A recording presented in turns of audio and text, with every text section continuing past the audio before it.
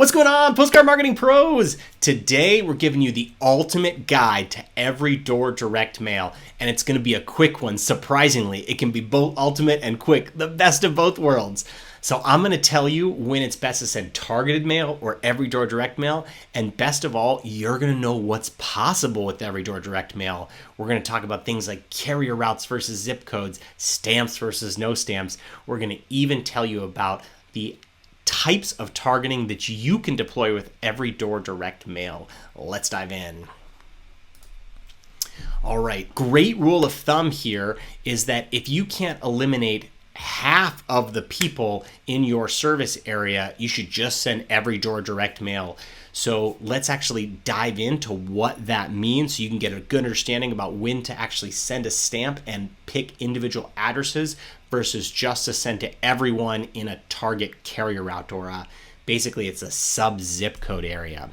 So a perfect example of when to send targeted mail is if you're doing targeting for solar. So for example, Scout can identify homes that have recently lost power, that are single family, owner-occupied homes that don't already have solar, where the homeowner has a modeled credit score of over 700, where the homeowner makes over 100K, and they have an electric vehicle charger, and they have a pool, and they have kids, right? That's a perfect case for doing targeted mail because you're filtering down your audience to a really, really specific set of homes and homeowners, right?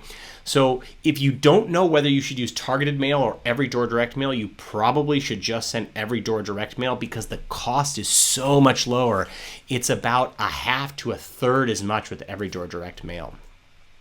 Let's walk through an example of a targeting campaign we ran for a company called Fitbod. It's an absolutely amazing app to track your workouts. It will help you get stronger. It'll tell you what to do at the gym, which is just fantastic because if you're anything like me, you go to some gym machines and you're like, I don't know which way is up. Fitbod helps with that. It's fantastic. I can't recommend it enough. So let's dive into what's possible with EDDM targeting for Fitbod. So what we did is we looked across the entire country because it's an app. Anyone can use it anywhere. So it's a perfect case for EDDM. And we looked at people's search history in the last 7 days. And we know this by these carrier routes. So a carrier route is a sub-zip code route. So if a zip code has 10,000 people, a carrier route might have 1,000 or 500 people. So we looked across the entire country. And let me show you what this means. So in this first row we have a geocode. Now that's what we call a carrier route. It's a sub-zip code area. And there's a count. These are the number of people in this carrier route, 292 people. Pretty specific, right? Now, 333, what's that? That's an index percentage. That means that these people are more than 3 times likely to have searched for fitness instruction and personal training. So in Slickville, Pennsylvania, people really, really want to get in shape in the last 7 days, so it's very recent. And then we've got the same thing for just the keyword fitness. These are people searching for fitness. So these are folks that really, really want to get in shape. Maybe they're trying to lose all that pandemic weight like me. And then we've got this other great index score, which is, do they belong to a gym, health, or fitness club, or do they follow a weight loss program? Now, these people are half as likely to already belong to a gym, which makes them bad fits for Fitbod. So maybe we actually skip this particular route because these folks have an activation challenge, right? We need to find a gym for them. It's going to be much easier to already target people that are part of a gym. And then Fitbod happens to be a little bit better fit for people that are men. I guess they happen to be a little bit more interested in that type of service that they offer. So we actually got the percentage of men. So you can see these first couple of carrier routes are heavily men, 57, almost 60% here, more men than women.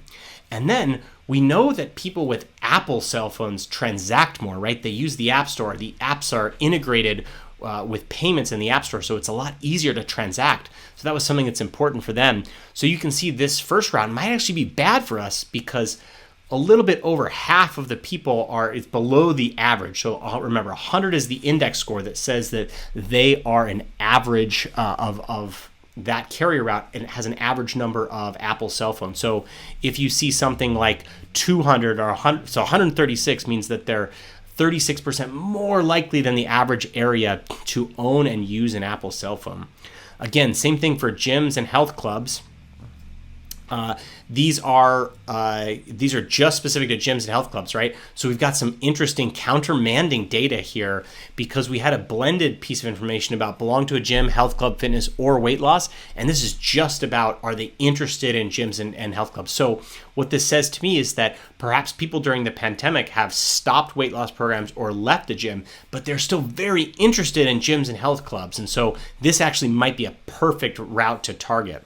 Are they into healthy eating? So 97 is just about the average for any given area. Now, it turns out that we want to know both the percent of owner-occupied units. So 83% of people in this area not only own their homes, but live in their homes. And then, of course, we have the median home HH's household value. So the average person in this area makes $138,000. Look at the area below, $369,000. Wow. They probably are going to be okay spending $100 or $200 a year on Fitbod. I don't know what their pricing looks like today. But now we've got some really, really surprisingly rich data to target for Fitbod. And you can do this too. I suggest that you do not use one of these self-service EDDM tools because they will not give you this information. There's just so much data to go through. It's easier to work with someone like me or someone else to be able to get the data that's really specific to you. This generally works best as a dance where you say, here's everything I know about my perfect customer, and they can find the right routes for you. Let's look at one more example here. MUSH, they do these things called overnight oats, which are absolutely delicious. Their product is so good. I love it. And you can buy them at Whole Foods, I think Target as well. And we wanted to target something pretty specific. So let me show you what else is possible here. So they had stores that they were in, and they know that people tend to actually go into a store and want to buy MUSH in person to try it. It's just easier, and the product is relatively inexpensive. So it's easier to walk down to my local corner store. And one of the things that they know is that their customers really shop very near to their homes. So we looked at all the stores that they were in, and then we said, what are the carrier routes that are within 5 miles of these stores? So we did some geocoding here, really impressive.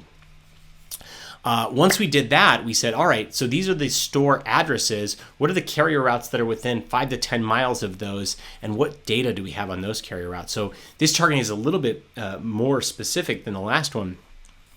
We've got the geocode, which again is the carrier route. In some cases, it's just the zip code. We have a HHT as household count. Should have changed that for you. That's not the year 2017. That's 2017 people live in this carrier route. And then this is an index score for do they like coupons and discount offers. So that means that this area is 10% more likely than the average area to really like coupons and discount offers. Now the next one's a real tricky and good one. This is, do they obtain coupons and discounts by mail? So this is basically, do competitors use this area? Do they target them with coupons and discount? When I say competitors, I mean really anyone that's sending mail. And this is super helpful to know. Maybe another advertiser knows what I don't know, right? So you can see the one below has 114. So advertisers really like this particular carrier route to send them coupons and discounts by mail.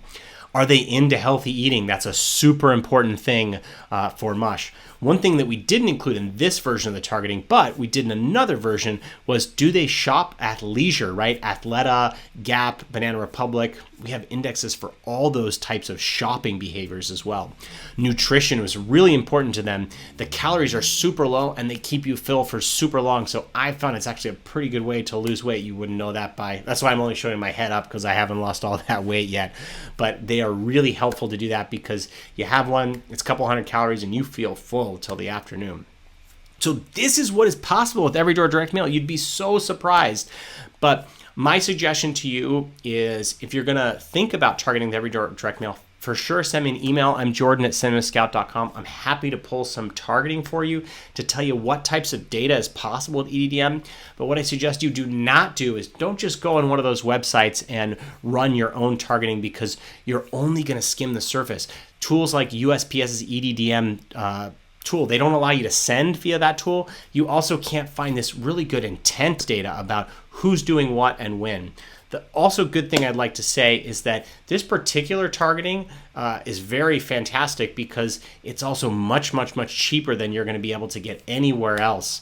So we've got some pretty crazy intent data here, as well as some targeting that you won't really find anywhere else. And I'd be more than happy to give you advice here. I don't provide biased advice here. I really want you to do the best thing. I've told so many people that they should not send direct mail, either because their product is not really ready yet, or they don't have really a good sense of who their customer is. But I'd be more than happy to help you out. And really, you should congratulate yourself for learning more about EDDM than probably anyone else on the internet knows. So congratulations, and thanks again for watching. I publish a bunch of things about direct mail and other crazy growth strategies that you won't find anywhere else. So make sure to hit that bell, hit that subscribe button, comment below. I respond to all non-spam comments, and you can always find me at sendwithscout.com. I'm Jordan, and I'm always in the bottom. Congratulations, you've learned a little bit more about direct mail targeting. Congratulations on learning a little bit more about postcard marketing. You did it. You've got two options now. First, you can chat with me live by going to sendwithscout.com and just clicking in the bottom right-hand corner. It's me, I'm there. Or you can subscribe for more of my content where we tear down great postcards. I talk to you about all of my latest strategies, and you too can become a postcard marketing expert.